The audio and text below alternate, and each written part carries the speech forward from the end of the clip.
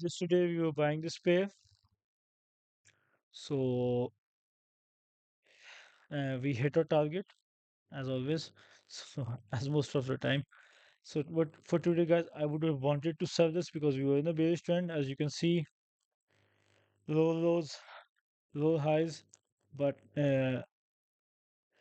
I I would wait for London open to close till close, so I wasn't there. So what I'm going to do today, guys, is because we do not had enough momentum or speed to break through below this, guys.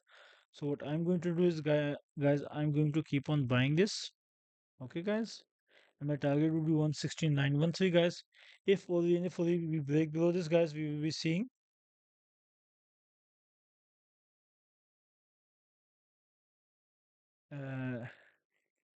113.419. So, guys, now before entering a trade, I would like to see what happens here.